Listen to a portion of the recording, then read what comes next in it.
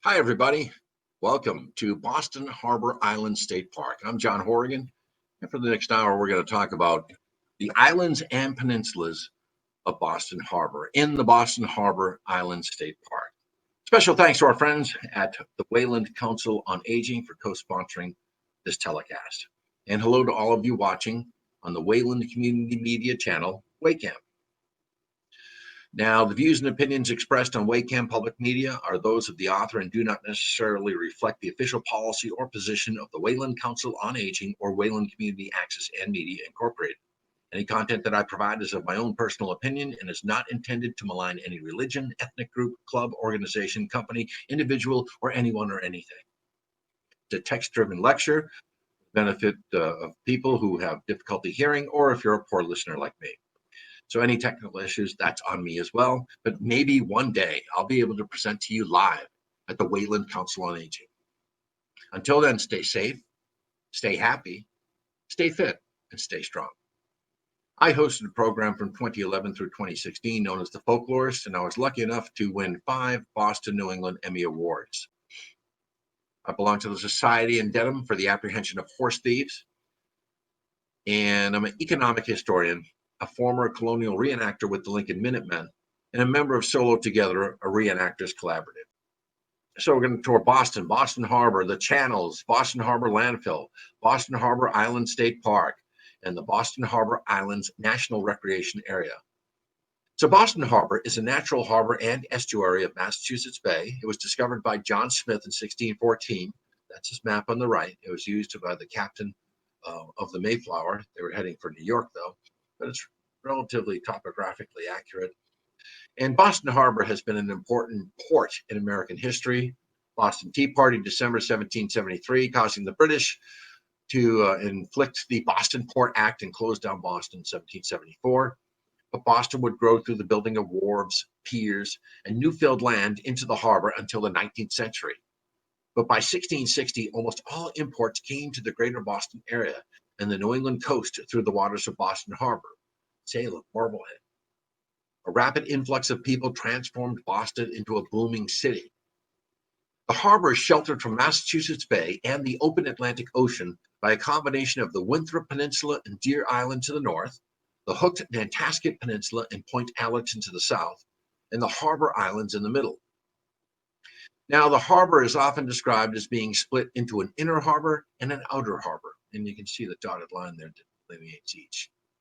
The harbor itself comprises 494 acres, 50 square miles with 180 miles of shoreline and 34 harbor islands and peninsulas. The inner harbor extends from the mouths of the Charles River and the Mystic River, both of which empty into the harbor. And to Logan International Airport in Castle Island. Castle Island was connected to land in 1928. That's where basically the Boston inner harbor meets Boston's outer harbor. So the outer harbor is made up of 3 small bays, Dorchester Bay, Quincy Bay, and Hingham Bay. To seaward, 2 deep water anchorages, President Roads and Nantasket Roads, and they're separated by Long Island. Those are the preferred channels of navigation for any mariner coming in or leaving Boston. Now, there was dredged deep water channels, and they stretched from President Roads to the inner harbor, and from Nantasket Roads to the Weymouth Fore River. In Hingham Bay via Hull Gut and West Gut. So the outer harbor is fed by the Neponset River, the Weymouth Fore River, and the Weymouth Back River, and finally the Ware River. Some commercial port facilities are located in the Fore River area, an area which has a history of shipbuilding, including the notable Fore River Shipyard. In the 1830s, members of the maritime community observed that some of the outer harbor islands were visibly deteriorating and erosion was causing weathered materials and sediment to move from where it was protecting the harbor to where it would do the most harm. A lot of these land islands were deposited there by a glacier 15,000 years ago, and they were much larger in colonial times. Now they're eroding. And shifting harbor sediments. Fishermen were complaining. Where's the fish going? Captains of large ships were scraping new shoals. Their navigation charts had become obsolete due to the shifting sediments from decaying islands in Boston Harbor. And although the scientific understanding of hydraulics was still in its infancy, scientists and engineers began to describe Boston Harbor as a series of channels created and maintained by the scouring force and eroding force of water moving in and out of the harbor, river systems, and tidal reservoirs. And this interpretation came to be known as the theory of tidal scour. And during the 19th century, urban growth accelerated and more land was needed. The Ordinance of 1641 extended the property rights of riparian owners from the line of low tide, a maximum distance of 100 rods or 1,600 feet, from the line of high tide. Generally, other states drew the line of private property at high tide, not low tide. But extending the shoreline and land reclamation was not unique to Boston. New York, Chicago, San Francisco, Baltimore, Philadelphia did the same. Just look at this map here. You can see in the dark green the Shawmut Peninsula in Boston as it would have been in the 1600s. And now, of course, it's been built out, etc. We'll talk about that. But Boston Harbor's unique geography inspired the law that made land reclamation such a widespread activity in Boston. By the end of the 19th century, the city had created more land in 2 generations than it had in the previous 2 centuries. Let's take a look at them. Ready? I'll call them out. 1, West Cove, 1803 to 1863. 2, Mill Pond, 1807 to 1829. 3, South Cove, 1806 to 1843. 4, East Cove, 1823 to 1874. 5, South Boston, 1836 to the present. Built out. 6, South Bay, 1850 to the present. 7, Back Bay, 1857 to 1894. 8, Charlestown, 1860 to 1896. 9, Fenway, 1878 through 1890. East Boston, 1880 through the present. Marine Park, 1883 through 1900, including the connection of Castle Island. Columbus Park, 1890 through 1901, and these are the build periods. And finally, Logan Airport, 1922 to the present. You can see it's Swallow, Noddles Island. So Tri-Mountain was what Boston was called. There were 3 hills on the Shawmut Peninsula: Beacon Hill, Mount Vernon, and Pemberton Hill. And Back Bay was the first to be built, West Cove, Mill Pond, South Cove, and East Cove. Then Dorchester, and they did it from debris from the Great Fire of 1872. Of course, they built out Logan Airport, and today there are tunnels running underneath the sill. This is an engraving of the shaving of Pemberton Hill, circa 1838. They're removing the dirt and using it to fill in the harbor. This is what Tri-Mountain or the Shawmut Peninsula would have looked like to you if you first saw it in 1630, or it was appropriated from the Native Americans. And then this is Beacon Hill being shaved circa 1858, all using the silt and the dirt to build on. And they used debris from the Great Fire of Boston, November 9th, 1872. A large portion of the city sits on man-made land, and structures built on the landfill are supported by dozens of 30 to 40-foot long wood pilings, similar to telephone poles that reach down through the landfill to a harder layer of clay. And these pilings sit entirely below the water table, which protects them from microbes that would attack them in dry air, which would cause rot. And water leaking into the sewers or tunnels can drop the water table below the pilings even in wet years. And a recent drought brought the water table dangerously close to the tops of some of these pilings, putting them at greater risk. Look at the Boston Harbor Island State Park, Bumpkin Island, Calf Island, Gallops Island, Grape Island, Great Brewster Island, Green Island, Hangman Island, Little Calf Island, Middle Brewster Island, Outer Brewster Island, Raccoon Island, Sheep Island, and Slate Island. Let's look at Bumpkin Island first. Bumpkin Island was once called Round Island. That's one of 2 islands in the harbor that were called Round Island, or Bumpkin Island, or Ward's Island. And it's in the Hingham Bay area of Boston Harbor. There it is right there. This is the west of Hull. It's 30 acres of land, 62 acres at title. I'll only refer to tidal acreage if it's important. Highest elevation 70 feet, and it was home to Native Americans, a fish drying operation, tenant farmers, a naval training camp, polio patients, and more. But today it's a camping destination with trails lined with wildflowers and a place where you can watch the sunrise from your campsite. A sand spit. This is why it's so dangerous to navigate Boston Harbor with these sand spits that lie just below the water at high tide. Stay in your lanes, mariners. Well, a sand spit's exposed at low tide and it connects the eastern end of the island to Sunset Point in Hull. See that there. Once a summering site for Native Americans, the island was originally called Round Island by the first English settlers, and they granted it to the town of Weymouth. You can be assured the 34 islands of Boston Harbor were all used in one way or another by the Native Americans, whether they were camps, summer fishing grounds, gardens where they stored seeds, etc. So in the mid-1600s, Samuel Ward was given property rights to the island, and upon his death, he bequeathed it to Harvard College, which leased the island to various tenant farmers for the next 150 years.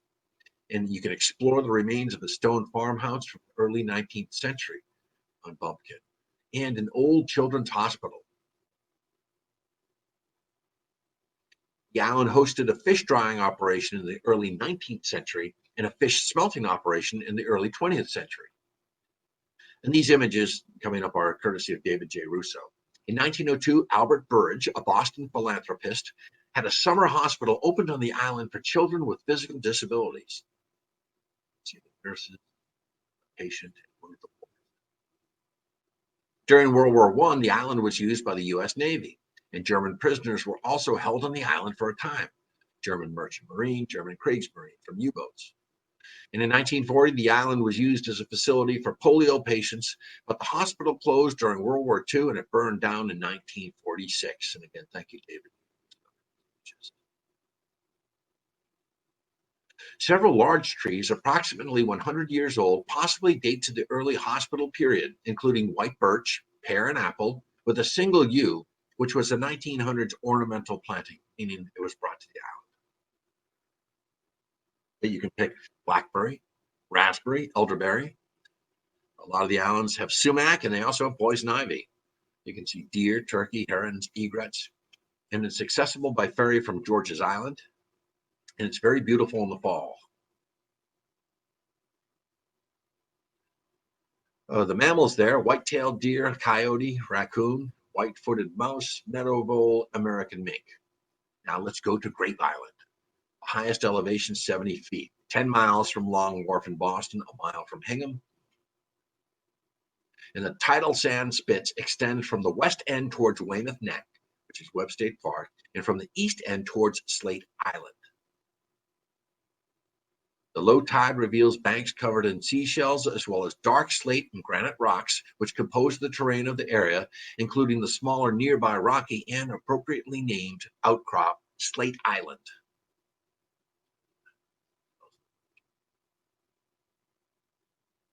Low tide. The 54-acre island doubles in size to 101 acres at low tide.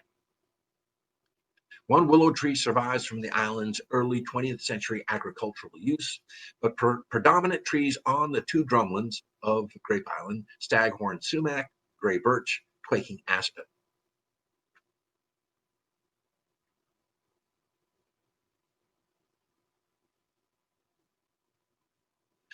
It has an abundance of berries: blackberry, dewberry, raspberry, blueberry, huckleberry, elderberry. What about those grapes, though? Well, the DEM, the Department of Environmental Management, planted a vine near the pier there. So there are grapes on Grape Island. In terms of the mammals: white-tailed deer, coyote, meadow vole, gray fox, and American mink. Now, Grape Island possesses a local herd of white-tailed deer, several massive oak trees, and allegedly 2 freshwater springs, which remain off the main path and hidden. There was a gray fox seen on the island up until the year 2012. I saw him myself with my wife when we went camping on Grape Island in 2009. But how did the deer get to Grape Island? Yep, they swam, or they came over at low tide. Of course, the island may have been cultivated prior to European colonization. Absolutely. And Euro-Americans farmed and grazed the island for 300 years up until the 1940s. But since the abandonment of agricultural use, the natural succession of vegetation has created a woody and shrubby landscape.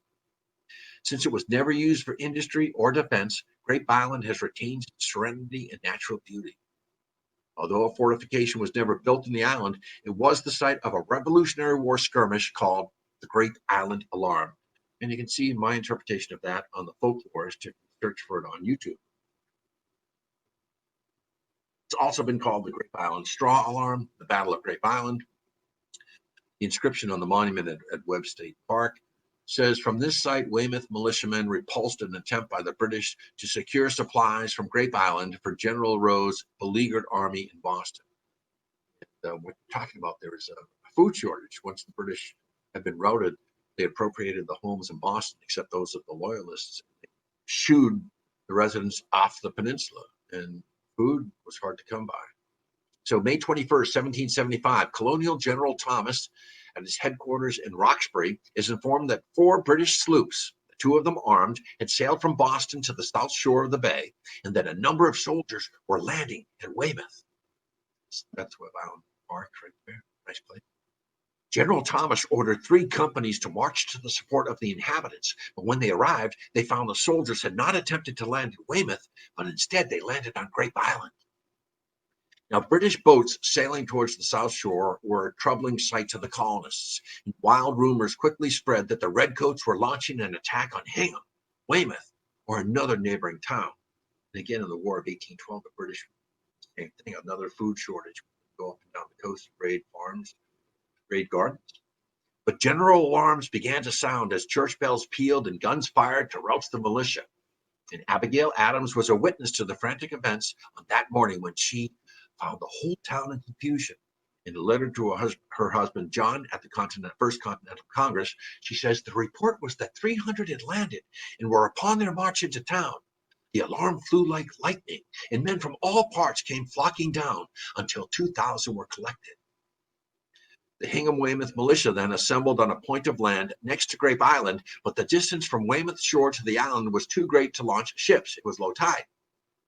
As the British soldiers were pulling down the hay that they needed for their horses and cattle in Boston to feed their army, small arms were fired at them by the colonists in vain. They were too far away, and their musket balls couldn't reach them. So the tide finally came in, and the militia launched their vessels towards Grape Island. And the British soldiers and sailors immediately saw this, and they left the barn from which they were taking hay, made for their boats, and they put off from one end of the island while the colonists landed on the other. In frustration, the colonists burned the barn full of 70 tons of hay to the ground. Then they fired several tons of hay which had been pulled down to the water side but left behind by the British, and they even brought off some of the cattle.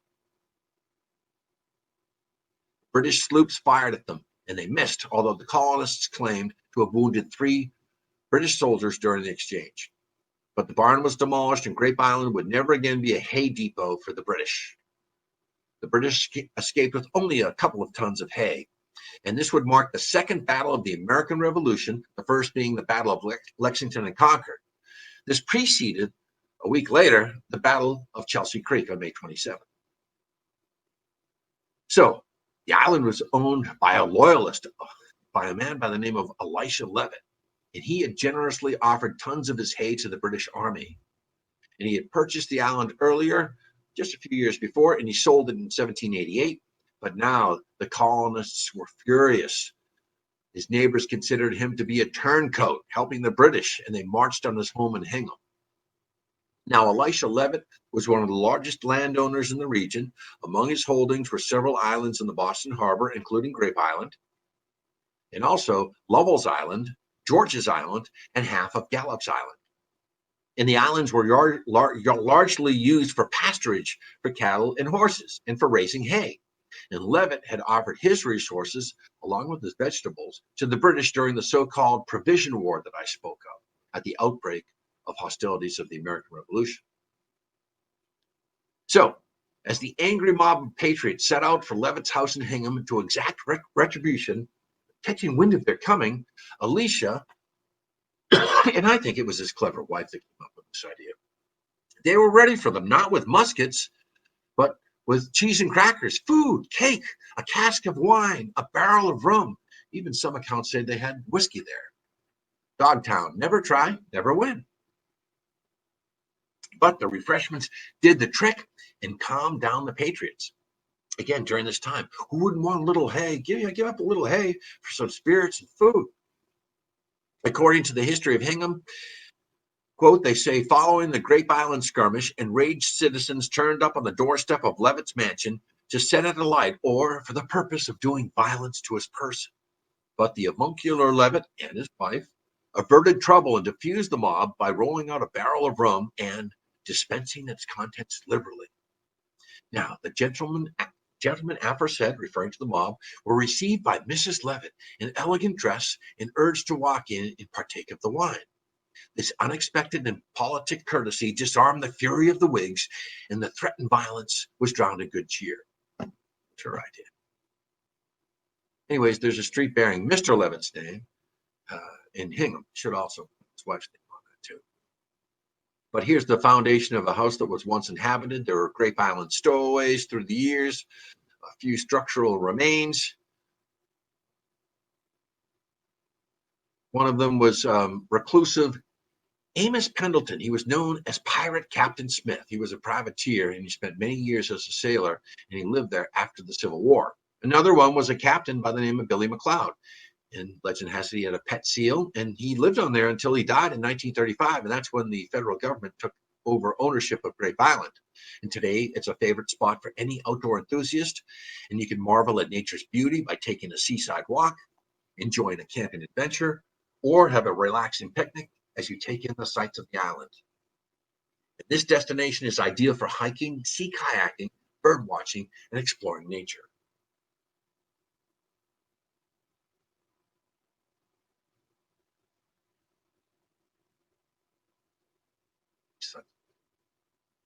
Now, next door to Grape is Slate Island. It's only 12.7 acres, highest elevation of 32 feet, 10.5 miles from Boston, 1 mile from Hingham,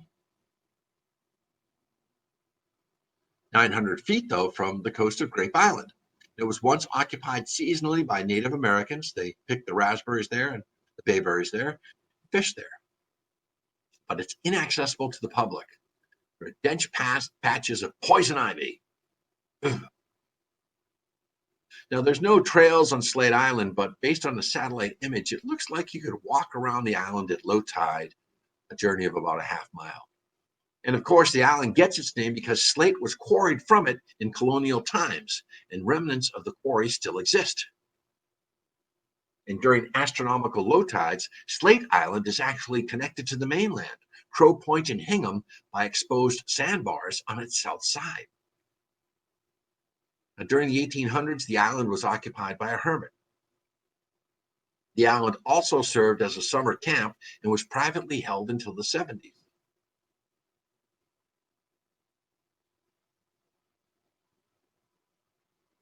Hangman Island, permanent size of a half an acre, rising only 3 feet above sea level, the lowest island in the harbor, plus an intertidal zone of a further 5 acres. It's a barren outcrop of bedrock. It has a small pebble beach and serves as a resting place for gulls, ducks, and other seabirds. And you're going to see they're angry nesting birds that officials don't want you to go out there if there's bird nests. And it's always the starting point for any sail outside of the harbor. But looking at Hangman's Island right there, due to its low elevation, the island is difficult to see from the other harbor islands or the mainland, as the island is located between Wallaston Beach, Squantum, Moon, Long, Rainsford, Pettox, and Nut Islands. On a 1775 London chart, this island was labeled Hayman's Island, and it shows a greater area than presently exists. A lot of these islands, as I said, created by glaciers, these drumlins 15,000 years ago, eroded over the years due to wave action and wind. Maybe it was named after a man named Hayman, but the island, as I said, was larger and higher prior to the quarrying. The quarrying helped the island disintegrate. In 1882, several fishermen built both fishing shacks on Hangman Island, and reportedly they actually had a garden there with vegetables. That's Hangman. And it's located in the center of Quincy Bay. Hangman Island is comprised of several small, low-lying rock outcrops connected by sandbars, and again, danger to mariners. It lacks prominence. The island's only seen as one passes through the Western Way Channel and looks south. It served as a granite and slate quarry, as the island is composed of low granite and slate outcroppings and a fine gravel beach. So look at that, the bleaching there. That you can see where they actually mined slate there in colonial times. There's saltgrass there, other salt-tolerant herbaceous plants on Hangman. And there are a lot of salt-tolerant herbaceous plants throughout the islands.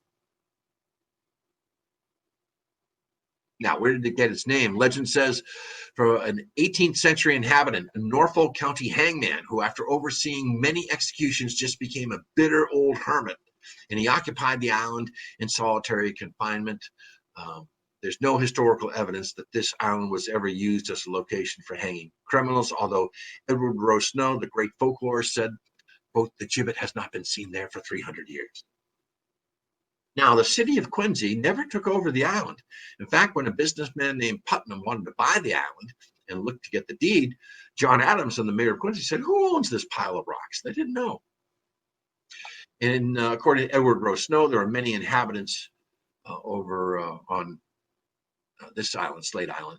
Gotta read some Edward Rowe Snow, The Islands of Boston Harbor. Bad book. But there are no known military structures on the island, but there are some remains of a structure which suggests the island certainly once did have some development. There's said that there was a lobster shack occupied by a lobsterman by the name of Bill Greenfield, who is said to have rescued many a stricken sailor in Quincy Bay over the years. And then silt from the dredging of the Western Way Channel excavation was deposited on the island. Took the dirt that they dug up in the channels and put it here. Even from points along the Quincy shoreline, one might only notice Hangman Island when gazing across its landscape at low tide, when the bay is littered with flats and pools.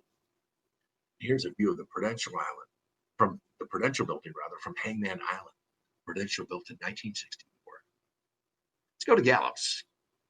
It's 23 acres in size, one of the smallest islands in the harbor that was initially formed by the last glacier over 15,000 years ago, a land island. The island now consists of a central upland with eroded cliffs on its eastern and northern sides. Gallops Island. It is 6.5 miles from Long Wharf, highest elevation 79 feet. And you can see the Narrows, which runs between Gallops and Lovell Island and just north of George's Island. Now, with its rocky beaches, beautiful salt spray roses, and vistas atop grassy bluffs, this small island has served a number of purposes over the course of history. Following the glacier's retreat and a subsequent rise in sea level, groups of Native Americans migrated seasonally to the harbor islands to harvest shellfish and finfish from the bays and tidal flats. Wild fruits were gathered on the islands, and later they cultivated their three sisters, corn, beans, and squash. Captain Miles Standish, along with others, explored Gallops Island in 1629. It was once the home of John Gallop, considered to be one of the region's first harbor pilots. And this island later served as the location for a restaurant and an inn, a military camp, a quarantine station, and a radio school. And a century later, during the American Revolution, contingents of French Marines mounted cannon on gallops in both 1778 and 1782 to provide protection for their fleets that were now anchored in Boston Harbor. People forget the revolution ended in 1783, but the French had ships in there once the British evacuated. So various owners grazed livestock and they raised crops on the island for the next 50 years. In fact, it later became the site of a summer inn owned by Newcomb and Snow families, and they were known for their clam chowder. And in 1833, Margaret Newcomb opened an eatery. She called it Newcomb's Island, and it was heavily frequented during the summer. In 1847, the schooner Nun, which was carrying lime from Thomaston, Maine, burned to its waterline at Gallops Island.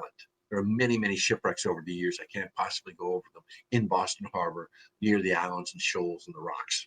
In 1852, though, Gallops Island was housing the city's paupers. They moved the poor people up there. And Gallops Island was a summer resort in the 1800s up through the Civil War, at which time the resorts were closed and the island was used to house Union troops. Among them, the returning discharged troops and the returning 54th Massachusetts Volunteer Infantry Regiment, whose story was told in the film Glory, and their assault on Fort Wagner. Gallops Island was the first island that millions of immigrants first saw when they came into Boston Harbor. It was the city's quarantine station and a site that was a place of exile for those suffering from communicable disease. By 1886, they were examining over 55,000 immigrants per year who were suffering from smallpox, typhus, and other illnesses. Beginning in 1916, several of the buildings, along with some newly constructed ones, served as a quarantine hospital for the Port of Boston. And the island's use as a quarantine station continued until 1937. And in 1917, Gallops Island was used as an internment station for German merchant marines. U-boats were off the coast of Massachusetts in both World War I and World War II, sitting outside the harbor in the Cape, Massachusetts Bay. During World War I, Gallops Island was used, though, also as an infirmary for thousands of American soldiers who had contracted the Spanish flu of 1918 and pneumonia. Many died every day to be replaced by new arrivals. Gallops Island Quarantine Station was active for 70 years between 1867 and 1937. And in 1939, it became the site of a seaman training station that was converted and expanded into the United States Maritime Service Radio Training School. Between 1940 and 1945, over 5,000 men were trained here in a state-of-the-art facility that contained several dozen buildings, a water tower, and a staff of nearly 300. Look at that. All gone today. Thriving base, a hospital. And of course, as I mentioned, beginning in 1942, the spring of 42, German U-boats began to cross the Atlantic and were sitting just outside Massachusetts Bay, Boston Harbor, and Cape Cod. The reason is, well, obviously any merchant ships going to England to supply the war effort, but also brand new merchant ships were being manufactured in the Weymouth shipyards and being sent to sea. So the German U-boats were trying to pop them as soon as they came out of the harbor, and they were lying in wait for any new merchant ship that came out unescorted. In 1949, a spectacular blaze destroyed Gallops Island buildings when a stranded fisherman lit a fire on the island to capture the attention of his fishing party. The fire then spread through the grass, destroyed a nearby wharf and several other buildings.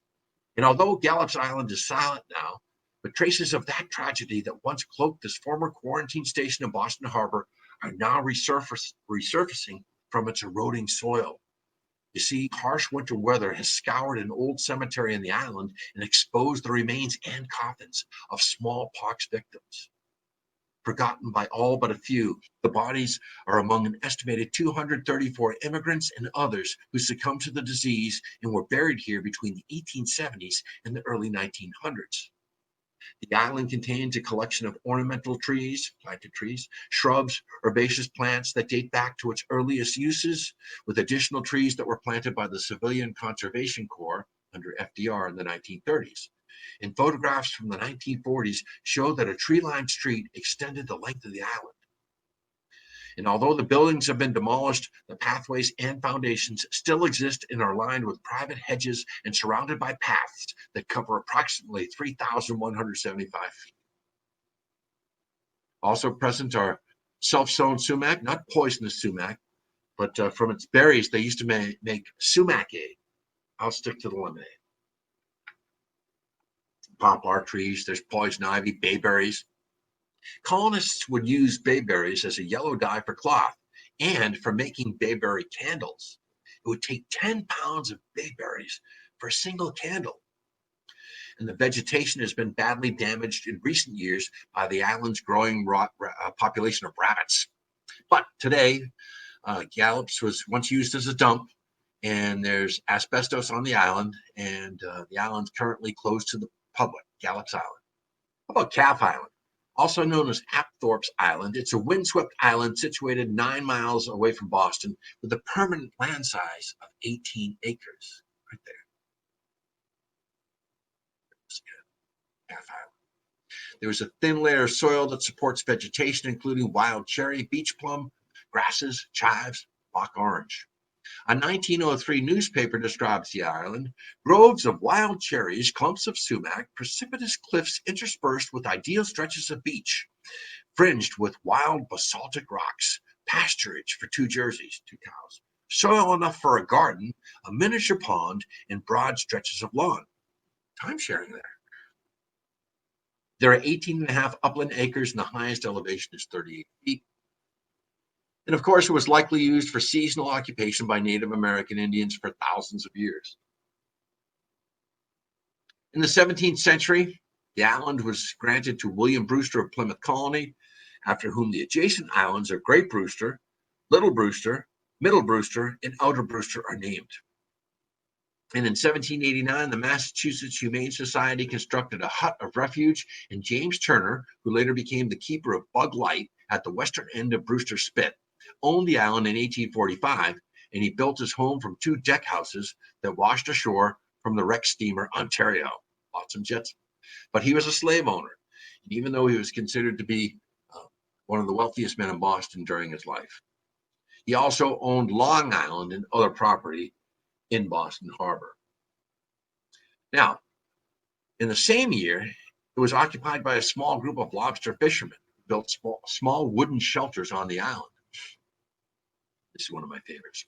On July 13th, 1872, professional organized baseball in its second season, the New York Clipper reported as follows: on July 6th, the Boston Reds went into camp on the island in Boston Harbor to fish, shoot, bathe, and recuperate generally for the fall campaign. And they were to practice 2 hours in the morning and evening of each day, as well as indulge in manly sports suited to keep their muscle up. Now, the Boston Red Stockings, they were originally the Cincinnati Red Stockings in 1969 and 1970. They became the Boston Red Stockings. Some of their players came over. So there were high expectations of the team. And so they're well rested, and the Boston Nine returns to Boston. Their fans show up, 2,500 of them. And it's Saturday, July 20th, and they lose their second game of the season to the Troy Haymakers. And the Troy Haymakers were the worst team in the league and would fold that very week. Now, they had illegal boxing matches on the island in 1883. And over the years, several huts and houses were built on Calf Island, including the colonial-style summer estate built by Benjamin P. Cheney Jr. and his wife, actress Julia Arthur, in 1902.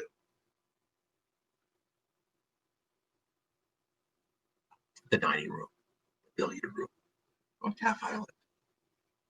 Today, only ruins remain.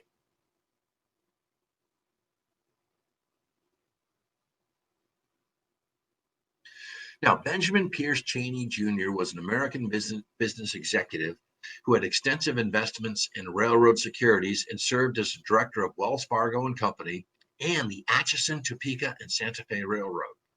But all in on railroads. And then there were 2 panics, the Panic of 1901 and the Panic of 1907. Because he died of heavy financial losses. And the ironic part was that he died of thirst in the desert on his hands and knees near Kingman, Arizona on June 5th, 1942, ironically, alongside the tracks of his own Atchison, Topeka, and Santa Fe Railroad.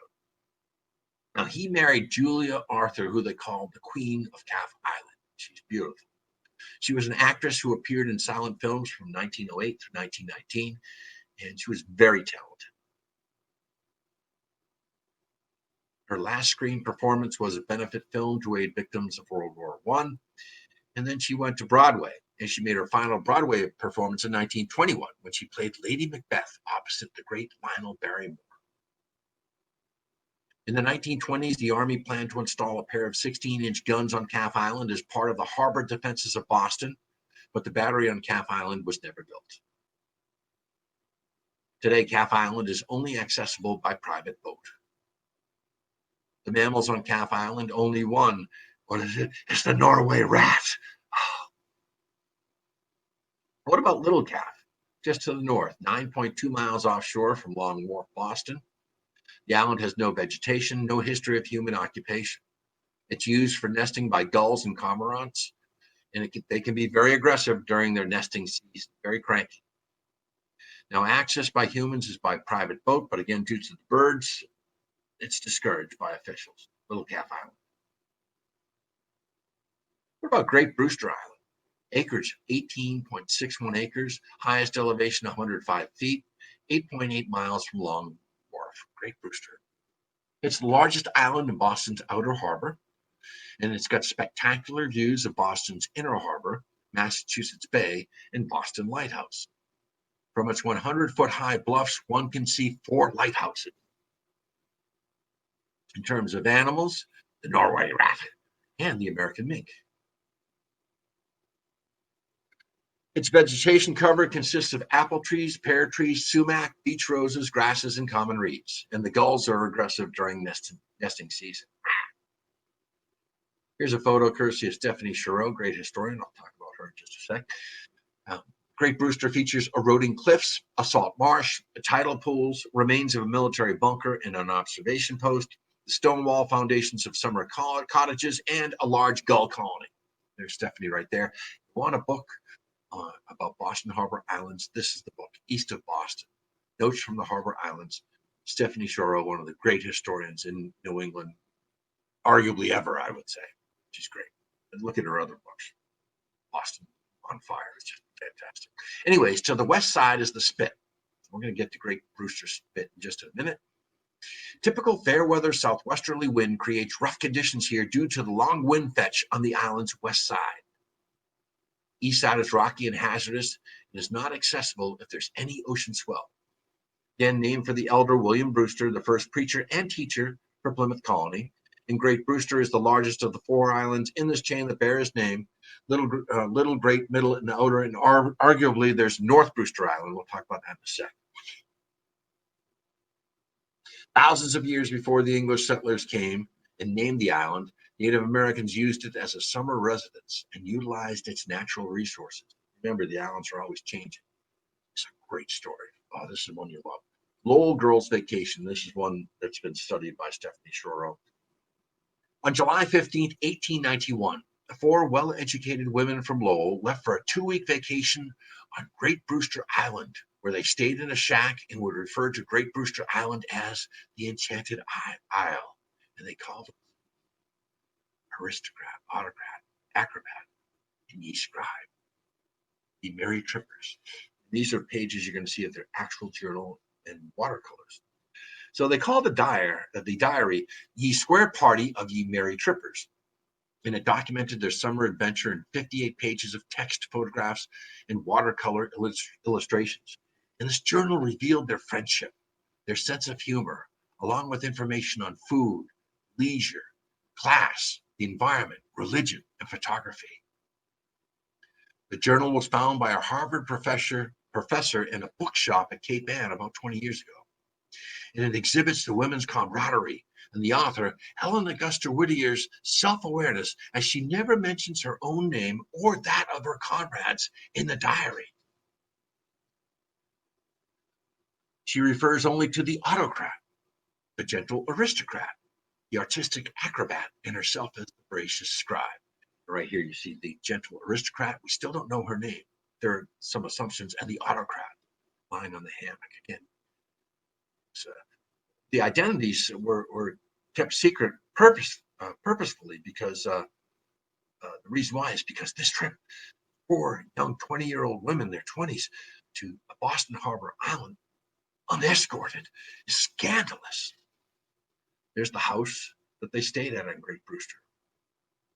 So they set up housekeeping, and the women spent their time reading, sketching, singing, taking photos, stargazing, praying, gathering wood, and engaging in spirited discussions, all chronicled by the voracious scribe.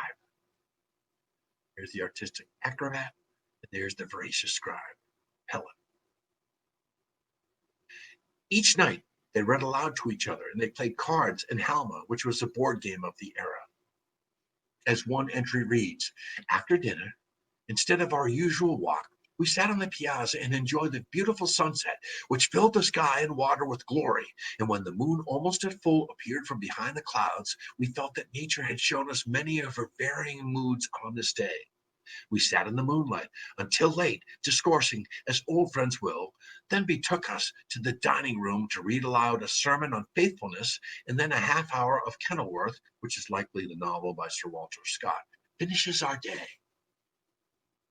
Now, the merry trippers celebrated in their casual island attire, even though photographs showed them in long skirts and hats. Can you imagine how hot that is? Petticoat underneath that for the ladies.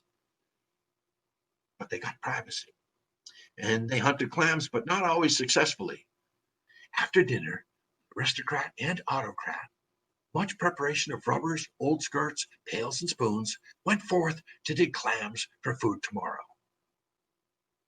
The scribe and acrobat were left to wash dishes, then to meet the other party at the northern end of the isle to assist in bringing home the clams. With regret, they left a ruddy sunset and soon found their friends with light pails, cut hands, and long faces, but no clams. The scribe carefully noted the cuisine for each meal on July 27th, for example. Breakfast, tongue and potato, buttered toast, oatmeal tea. And that's the kitchen they used. I'm sure, lady, you can make use out of that. Lunch, crackers, cheese, olives, ginger snaps, milk. Dinner, beef stew, tomato sauce, cake, chocolate. Now, you can probably be rest assured that these are four daughters of wealthy businessmen in Lowell, and that they were having provisions sent out to them. They couldn't possibly tote all of that to the island. But they had visitors who brought bread and tomatoes and vegetables, and even the keeper of Boston Light came over from Little Brewster for a chat. And then residents from nearby Cat Island would drop by with letters and the Boston Sunday Globe. Can you imagine they got a copy of the Boston Sunday Globe? That was probably sitting on the kitchen table the rest of the week. And the members of the XV Club even managed to send them chocolates. So for these women to have this type of life-changing, memorable experience, you can be sure that they were friends for life. On July 31st, their vacation ended. The women boarded a sailboat for the return home. At 10:30 a.m., we said goodbye to our enchanted isle, so difficult to reach, so hard to leave. The scribe added sadly, we leave behind us the uneventful, idyllic days like no others in our lives, with their placid serenity, their pleasant spice of labor, the unruffled happiness of accustomed comradeship, and all the glory of sea and sky. It's one of the watercolors, Great Brewster. And we do know that it was Helen Augusta Whittier who wrote this.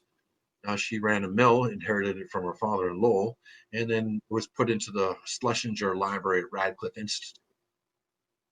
1891. Now look at this depiction. I love this.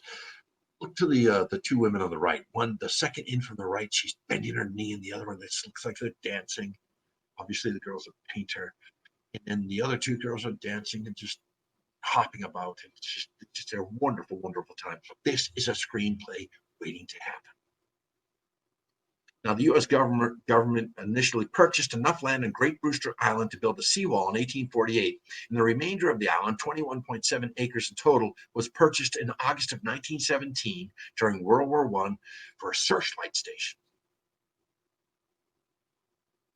During the 1920s and 30s, a number of civilian cottages were built there, and the government charged them rent. In fact, there were 24 occupants there in 1930. And then the Second World War came. Great Brewster Military Reservation was used during World War II as a mine observation and control station and a gun battery site. The post was built with barracks, a mess hall, and a small officers' quarters, but it was abandoned by the Army in 1946. Here's some pictures.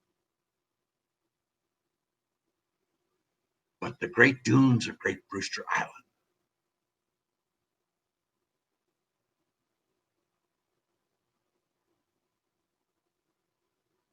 Some are 100 foot high.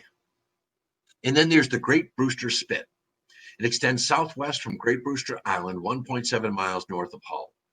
A great mistake mariners make around these islands is to cut across the Brewster Spit. Do not do that. Stay in your lane, stay in your channels. It extends up to 3/4 of a mile to a rocky outcrop of a ledge in what is a deceptively calm and open stretch of water. In a sand spit, you can see it there in the photo, exposed at low tide, extends for nearly a mile from the southwest side of the island towards George's Island. And mussel beds surround the island and connect Little Brewster at low tide. Then Sandbar This thing here, look at how it's elevated. It's fully submerged near high tide, and most any boat trying to cross it is going to run aground. I love this picture, friends, of Boston Harbor Island, walking out of Great Brewster Spit. Great Brewster Island is a wild island with rocky beaches, fields of tall grass that blow in the ocean breeze, towering sand dunes, overgrown brush, and wildflowers.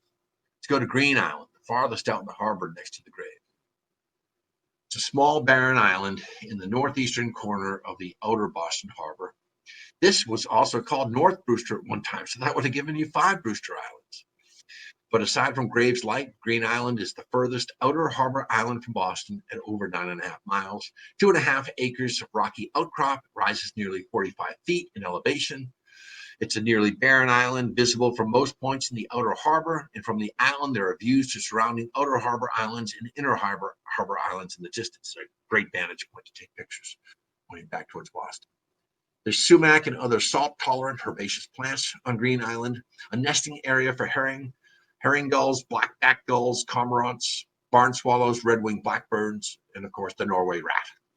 And nesting for cormorants and gulls, they're always in a sour mood during the nesting season. Used by Native Americans for seasonal fishing, there's good striped bass fishing out there.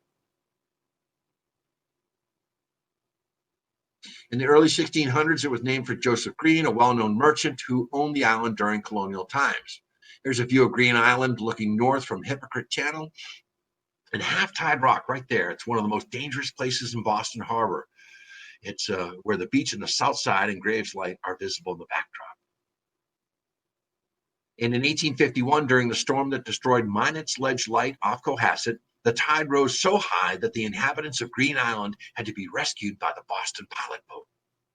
And during 1845, a 50-year-old seaman named Samuel Choate came to Green Island, and he lived there for the next 20 years. He built a crude house, made his living by fishing, and his diet consisted of lobster, fish, and mussels. And then the storm of 1862, his boat was broken up on the rocks surrounding the island. They brought him back to Boston, and then he just purchased a new boat and paddled right back out to Green Island. He would never leave, even during the coldest winters. But then the severity of the bad winter of 1865, Choate had to be removed from Green Island. He was 70 years old at the time, and he would die in Bridgewater on February 23rd, 1865. A chart of the island around Calf Island with some notable landmarks mentioned above: Green Island, Hypocrite Channel, Little Calf, Pope Rock, and Half-Tide Rock. Middle Brewster Island, rugged outer harbor island in Boston Harbor, located 9 miles from downtown Boston, permanent size of 13 acres, 52 feet above sea level, and it's bounded by sharp cliffs and sunken crags. Rusty red rocks.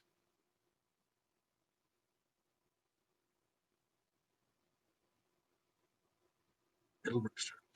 Sparse vegetation, small trees, sumac grasses. A small freshwater marsh apparently exists on the eastern side of the island. And of course, cormorants, small trees, sumac, grasses, gulls, and other birds, other aggressive birds. And a few affluent Bostonians chose Middle Brewster as a retreat during the Gilded Age of the late 1800s.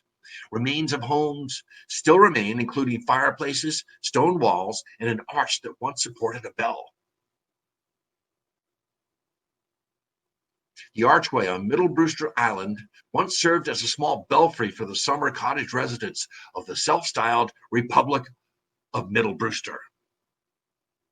The King of Middle Brewster. In 1871, Middle Brewster was bought by Augustus Roos. He was the founder of the Boston Yacht Club, one of Boston's leading lawyers, and he built a luxurious summer villa and commuted to Boston by his yacht, the Gilded Age. Unlike Cheney Jr. and Julia Arthur, you remember them from Calf Island, Russ absolutely didn't insist on having the entire island to himself. In fact, he subdivided the island and rented them out to other millionaires. In fact, Cheney and Julia built a house here in 1890, and they called their mansion the Capstan. You can see other houses there.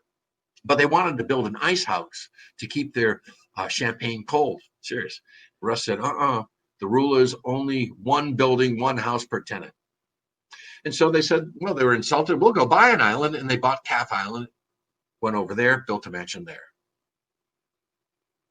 And fishermen constructed huts on the island in the mid-1800s. There were working camps for harbor lobstermen until the land was utilized by the U.S. Army. It's surrounded by rocky ledges and dangerous underwater rocks that cannot be seen.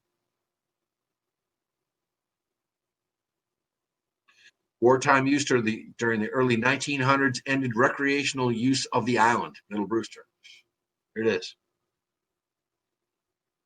Between Middle and Outer Brewster, there's a channel known as the Flying Place. This is because of the intense wave action during northeast storms. Then Outer Brewster Island, right here, 20 acres, 78 feet highest elevation, 10 miles from Boston. Outer Brewster. Rocky coastal bedrock ledge, scarred by mining. They would mine out here too, you can see it. And now Bedrock Island there, this island supports the most diverse assemblage of breeding water birds in Boston Harbor. They include the common eider duck, seen here, glossy ibis, and the American oyster catchers. Also, the outer island has a concentration of harbor seals out on the Brewsters. And of course, behind seals come sharks. And there are low shrub thickets and rough fields that cover Outer Brewster's rocky uplands, while staghorn sumac dominates the island. They have a small quaking aspen there. They have one apple tree, one black cherry bush, and they even have a Siberian elm that was planted there. And perhaps the most peculiar thing is the only plant found in Boston Harbor Islands, nowhere else it's found, it's called the slender-leaved goldenrod. Native Americans hunted fowl and fished here.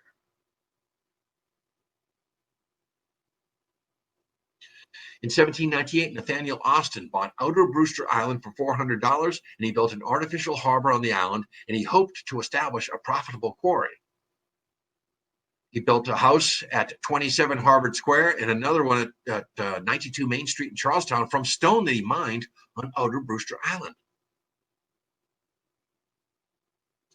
A formation in the Western Cove is referred to as Pulpit Rock, and there's evidence of the 19th century canal there. See that?